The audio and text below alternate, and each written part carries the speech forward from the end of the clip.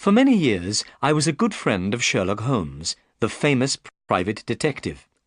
During this time, Holmes solved many unusual mysteries, but perhaps one of the most unusual was the mystery of the Speckled Band. The story began in April 1883. At that time, Holmes and I were sharing an apartment in Baker Street in London. One morning, I woke up very early. To my surprise, Holmes was standing beside my bed. He was already dressed. "What's happened, Holmes?" I asked. "Is there a fire?" "No, Watson," replied Holmes. "A client has just arrived. A young lady is waiting downstairs. She seems very worried and upset. I think she has something important to tell me. This could be an interesting case, Watson. That's why I woke you up." "I'll come at once," I said. I was very interested in Holmes' cases. My friend was a very clever detective. I very much admired his work. So I dressed quickly and went downstairs with Holmes. The lady was waiting in our sitting room. She was dressed all in black. Over her face she wore a veil. "Good morning, madam," said Holmes. "I'm Sherlock Holmes, and this is Dr. Watson, my friend and helper." Holmes shut the door and turned to the lady. "You're shivering, madam," he said. "You must be cold. Sit near the fire, and I'll get you some hot coffee." The lady moved nearer the fire. Then she said, "It isn't the cold which makes me shiver." "What is it, then?" "It's fear, Mr. Holmes. It's terror." As she spoke, the lady raised her veil. We saw at once that she was very frightened. Her eyes were like the eyes of a terrified animal. She was a young woman, about 30 years old, but her hair was already turning grey with worry. Holmes looked at the lady carefully. Then he leant forward and touched her arm. "Don't be afraid," he said kindly. "I'm sure we can help you. But first, please tell us your story." "Mr. Holmes," said our visitor, "I know I'm in terrible danger. Please tell me what to do." The picture sequence from the cinema has finished. You can look at it once more if you want. "I'm listening carefully," said Holmes. So the lady began her story. "My name," she said, "is Helen Stoner. My father was an officer in the Indian Army, but he died when I was a baby. After his death, my mother, my sister, Julia, and myself continued to live in India. My sister Julia and I were twins. When Julia and I were only 2 years old, my mother married again.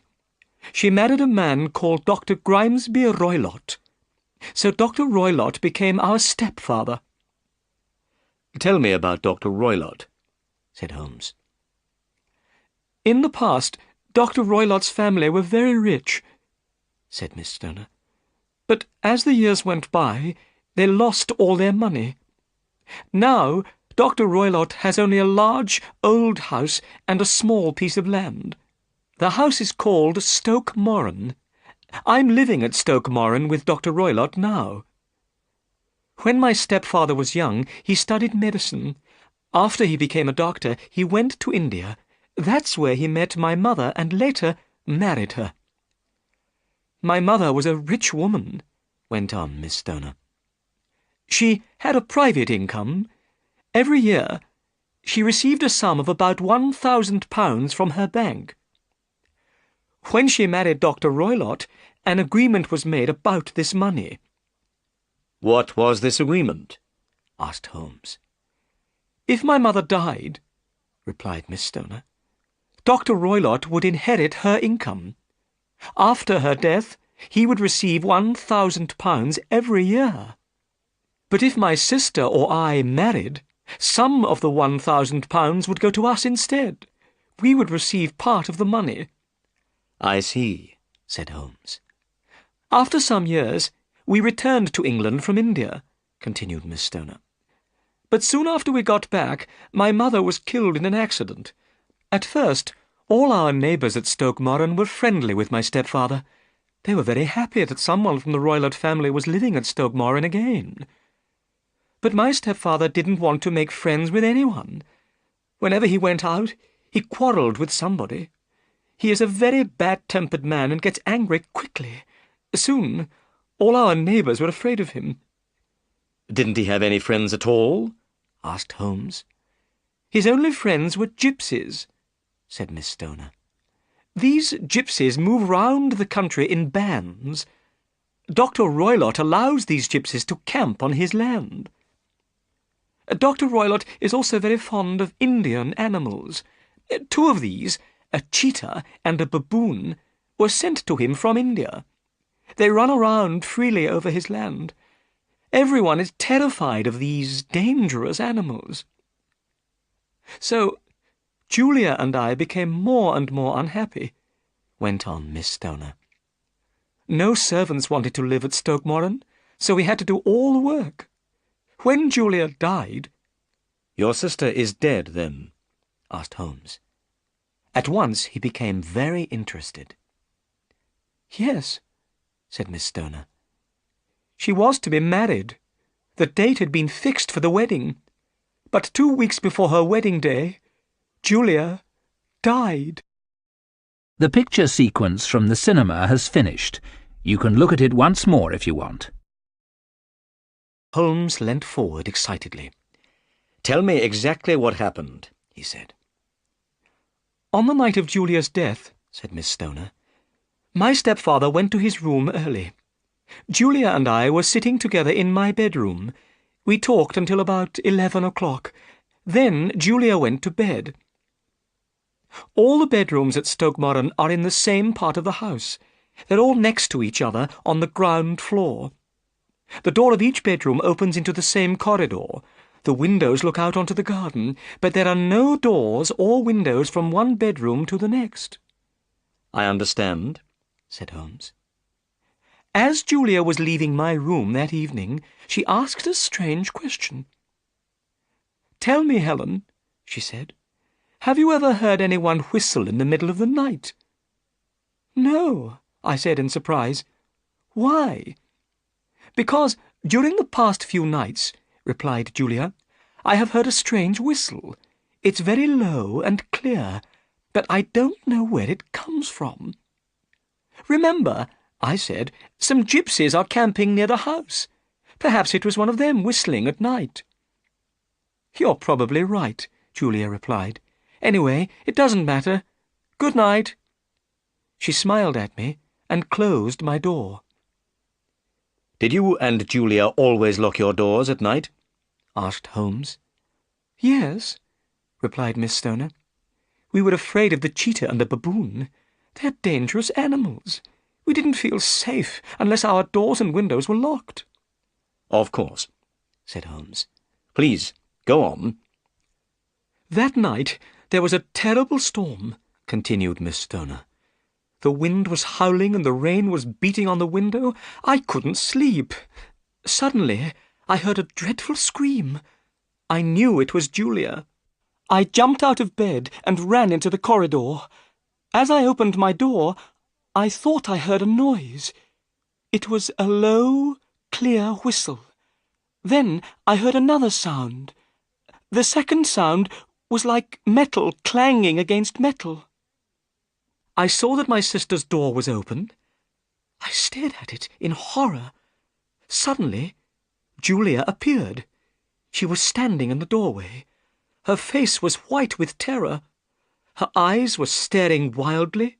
She was swaying from side to side like a drunk person. Then she fell on the floor. Her body moved like someone in terrible pain. Suddenly, she screamed these words. Oh, my God, Helen, it was the band. The Speckled band. Then she fainted. At that moment, my stepfather came out of his room. He ran down the corridor to help Julia, but there was nothing he could do. My stepfather went to the village to bring another doctor, but before he returned, poor Julia was dead. How was your sister dressed? Asked Holmes. She was wearing her nightdress. In one hand, she was holding a box of matches, and in the other, a burnt match. So she had lit a match to see around her, said Holmes. That could be important. Was the cause of her death ever discovered? No, replied Miss Stoner. Nobody could find out how she died. Her body was not marked in any way. The doors and windows of Julia's room were locked. The chimney was built so that no one could climb down into the fireplace from the roof. Nobody could get in or out of her room. So Julia must have been alone in her bedroom. But what about her strange words? The speckled band, asked Holmes. What do you think she meant? I don't know, said Miss Stoner. But perhaps she meant a band of people. Gypsies were camping near the house. Many of these gypsies wear handkerchiefs on their heads. These handkerchiefs have a design of spots or speckles, so perhaps Julia was trying to describe the band of gypsies. Holmes looked doubtful. Please, go on, he said. Julia died 2 years ago, said Miss Stoner. Since her death, I've been very lonely. But recently, a dear friend of mine asked me to marry him. We're getting married very soon. But 2 days ago, some builders arrived at Stoke Moran. The builders started to knock a hole through my bedroom wall. So I had to move out of my room and into Julia's room. I've been sleeping in her bed. Miss Stoner stopped for a few moments. Then she said, Mr. Holmes, last night I heard a terrible sound. What was that? I asked. It was a whistle, Dr. Watson. A low, clear whistle. The same sound Julia heard for several nights before she died. The picture sequence from the cinema has finished. You can look at it once more if you want. Holmes and I looked at each other in astonishment. What did you do? Asked Holmes. I jumped out of bed and looked around me, replied Miss Stoner. But it was dark and I couldn't see anything. At daylight, I went to the station and caught a train to London. I knew I had to see you, Mr. Holmes. You are the only man who can help me. But I can only help you if you tell me everything, said Holmes. You have not told me everything, Miss Stoner. What do you mean? Asked Miss Stoner in surprise. Holmes did not answer. He took hold of Miss Stoner's arm and pushed back her sleeve. I saw 5 red marks on her arm. They were the marks of 4 fingers and a thumb. Somebody had held Miss Stoner's arm tightly. Your stepfather has hurt you badly, said Holmes. Miss Stoner's face became red. Dr. Roylott is a very strong man, she said. He doesn't know how strong he is. Holmes stared into the fire without speaking. I knew he was thinking hard. I need some more information, he said at last. But we must move quickly. I want to go to Stoke Moran today and examine the bedrooms there. But your stepfather must not know about my visit. Dr. Roylott has important business in London today, said Miss Stoner. He'll be away from home all day. Excellent, cried Holmes.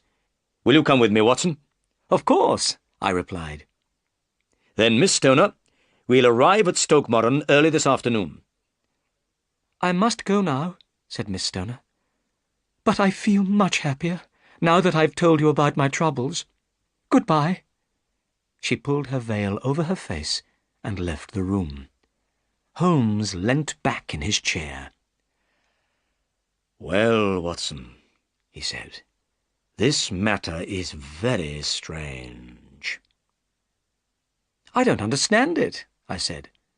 Helen Stoner's sister, Julia, was alone in her bedroom. Nobody could get in or out. So how did she die? And what about the whistle in the night? Said Holmes. And the dying woman's words about the speckled band? I don't know, I said. Perhaps the band of gypsies— Suddenly, the door of our room was thrown open and a man appeared. He was so large that his body almost filled the doorway. His face was red and his eyes were cruel. The man stared at Holmes. Then he looked at me. "Which of you is Holmes?" he asked rudely. "That's my name," answered my friend quietly. "Well, I'm Dr. Grimesby Roylott of Stoke Moran," said the man. "I know my stepdaughter's been here. I've followed her. What has she been saying to you?" Holmes was not afraid of the large man. He was not going to tell Dr. Roylott anything about Helen Stoner's visit. So he said politely, "The weather is a little cold just now, isn't it?" "Answer my question!" shouted Dr. Roylott angrily. "What has my stepdaughter been saying to you? I've heard about you, Holmes. You're a busybody. You interfere in other people's lives. Well, keep out of my life. I'm a dangerous man. Look!" A poker was lying beside the fire. It was made of iron and was very heavy.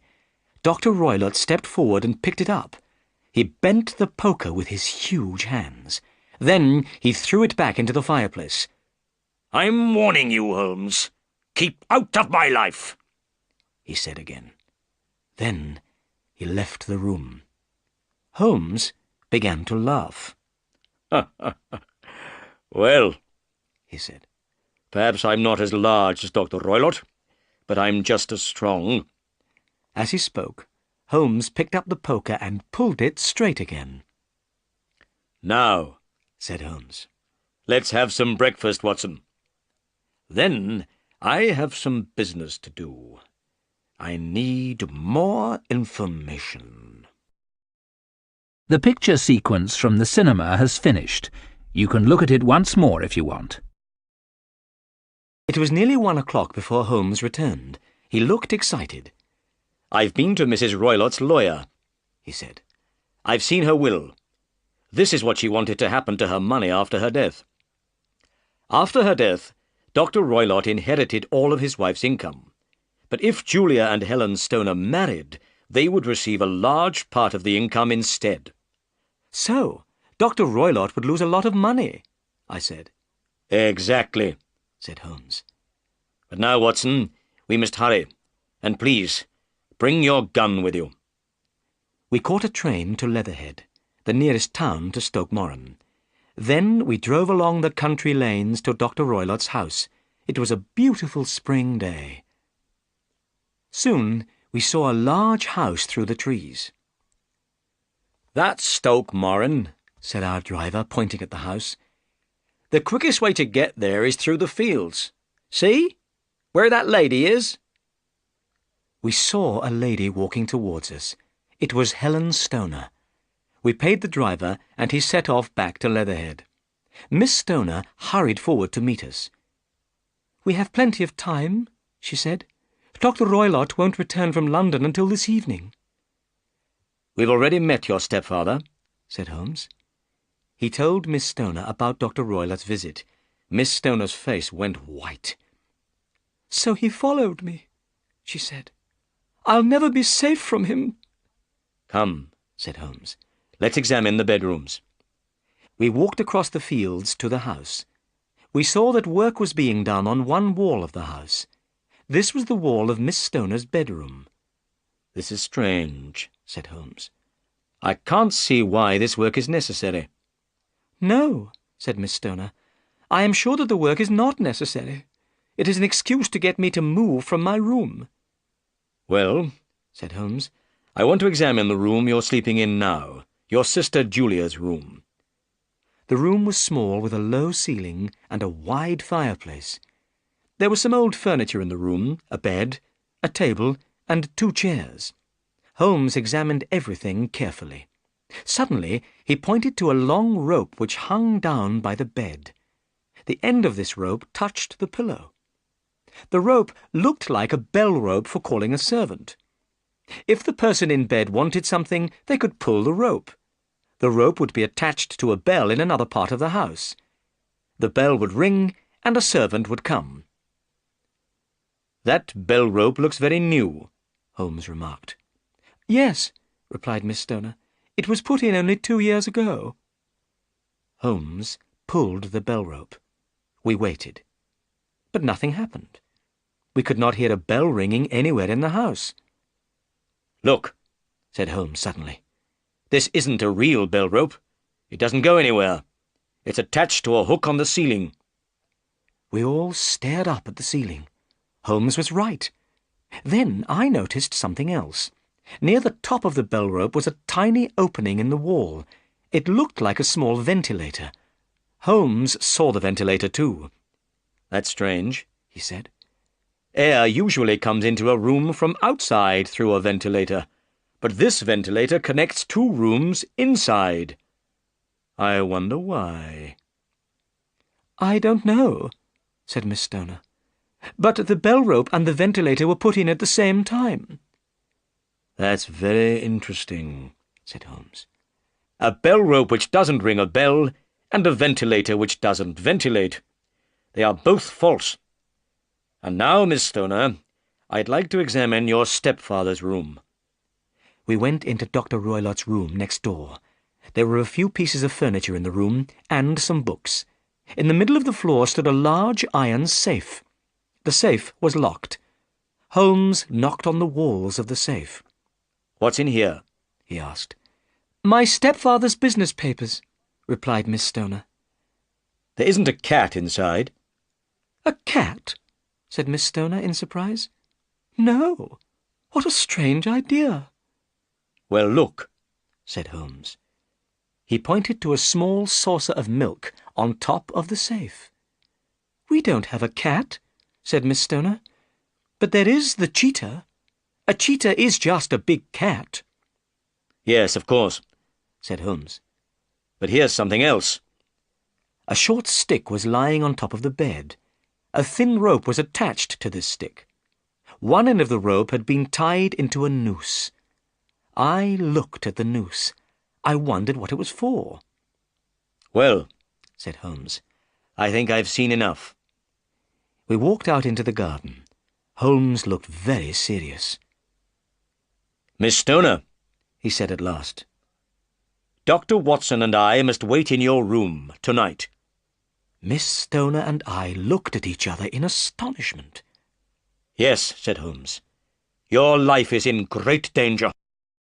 The picture sequence from the cinema has finished. You can look at it once more if you want. "This is my plan, Miss Stoner," said Holmes. "Listen carefully. When Dr. Roylott returns, go into Julia's room, but don't go to bed. Wait until you hear Dr. Roylott go to bed. Then put a lamp in the window. Then go to your own room. You must stay there all night. Dr. Watson and I will be watching the house. The lamp in the window will be a signal for us. When we see the lamp, we'll come." "But where will you be?" asked Miss Stoner. Holmes pointed to a building through the trees. "Is that the village inn?" he asked. "Yes," said Miss Stoner. "Then Dr. Watson and I will wait at the village inn," said Holmes. "We can watch your bedroom window from there. Goodbye, Miss Stoner, and don't be afraid." Holmes and I went to the inn. We paid for a room on the first floor. From our room we could see Stoke Moran. As it was getting dark, a horse and carriage came along the road. I saw Dr. Roylott sitting in the carriage. The carriage went through the big ironed gates at Stoke Moran. Then it drove on up to the house. "Watson," said Holmes, "we may be in great danger tonight." "Why do you think we may be in great danger?" I asked. "What did you see in those rooms?" "You remember the bell rope and the ventilator?" "Yes," I said, "but I don't understand why they are important." "Both the bell rope and the ventilator were put into the room 2 years ago," said Holmes. "But they are false. They don't work. And something else happened 2 years ago. Julia Stoner died." "Yes," I said, "but I still don't see—" "Did you notice anything unusual about the bed, Watson?" asked Holmes. "No." "The bed was fixed to the floor. It cannot be moved. It must always stay in the same position, next to the bell rope and under the ventilator. Holmes, I cried, I'm beginning to understand. The person in the bed cannot escape some terrible danger. Dr. Roylott is a very clever man, said Holmes. We're just in time to prevent a horrible crime. The picture sequence from the cinema has finished. You can look at it once more if you want.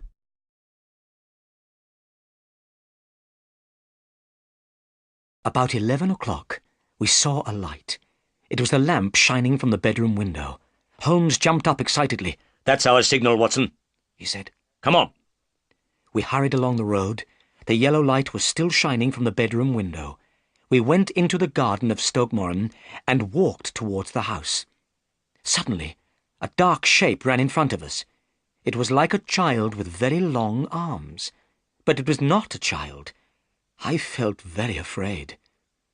"What was that, Holmes?" I asked. Holmes laughed quietly. It was one of Dr. Roylott's animals, he said. That was the baboon. We reached the house and climbed through the window into Julia's bedroom. Holmes closed the window. Then he whispered in my ear. We must put out the light, Watson. Dr. Roylott might see the light through the ventilator. I took my gun out of my pocket and put it on the table. Holmes had brought a long, thin stick with him. He put this stick on the bed. He put a box of matches beside the stick. I put out the lamp, and we waited. I shall never forget that terrible night. We were in complete darkness, and we knew we mustn't make a sound. We heard the bell in the village clock. It struck midnight, then 1 o'clock, 2 o'clock, 3 o'clock. Still we waited. Suddenly, I saw a light shining through the ventilator. Somebody in Dr. Roylott's room had lit a lamp. I heard someone moving about quietly. Then everything was silent again. Another half-hour passed. Then I heard a strange noise, a very soft, hissing noise. The noise was near us in the room. Holmes jumped up and lit a match. Immediately, I heard a low, clear whistle. Suddenly, Holmes began hitting the bell rope with his stick. By the light of the match, I saw his face. It was full of horror. "Do you see it, Watson?" he shouted. But I saw nothing. Holmes stopped hitting the bell rope and gazed up at the ventilator. Suddenly, we heard a dreadful cry, a cry of pain and terror. I felt cold and sick with fear. "What was that cry?" I whispered. "It means that everything is over," said Holmes. "Bring your gun, and let's go into Dr. Roylott's room." Holmes lit the lamp. Then I followed him down the corridor to Dr. Roylott's room.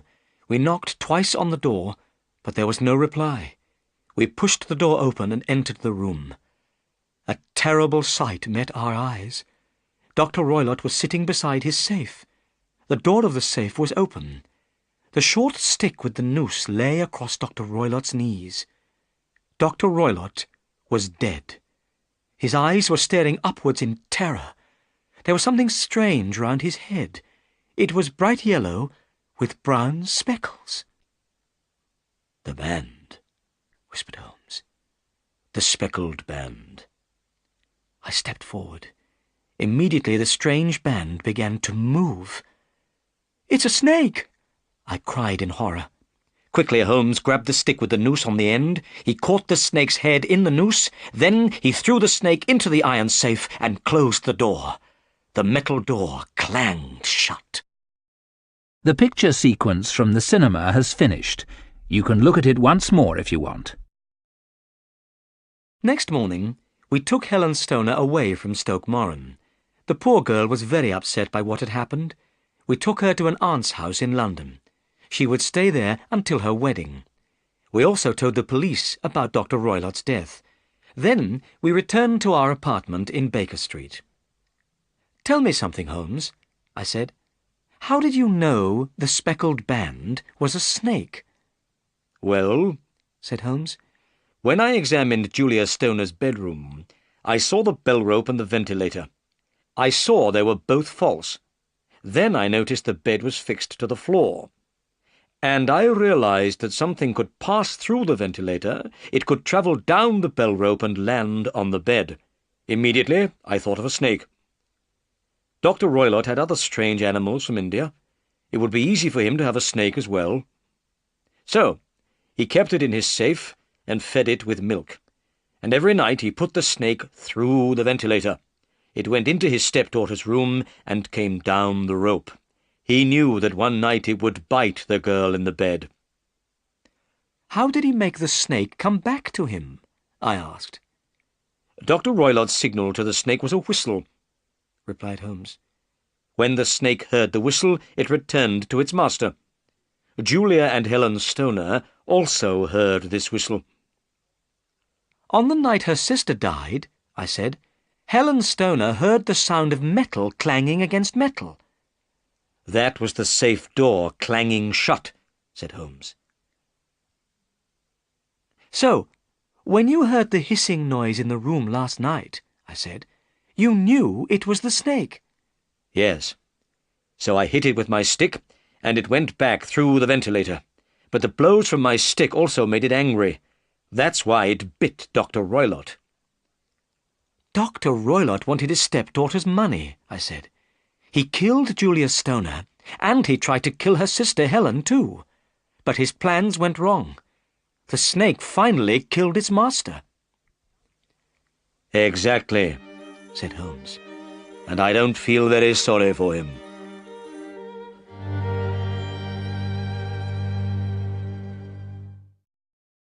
The picture sequence from the cinema has finished.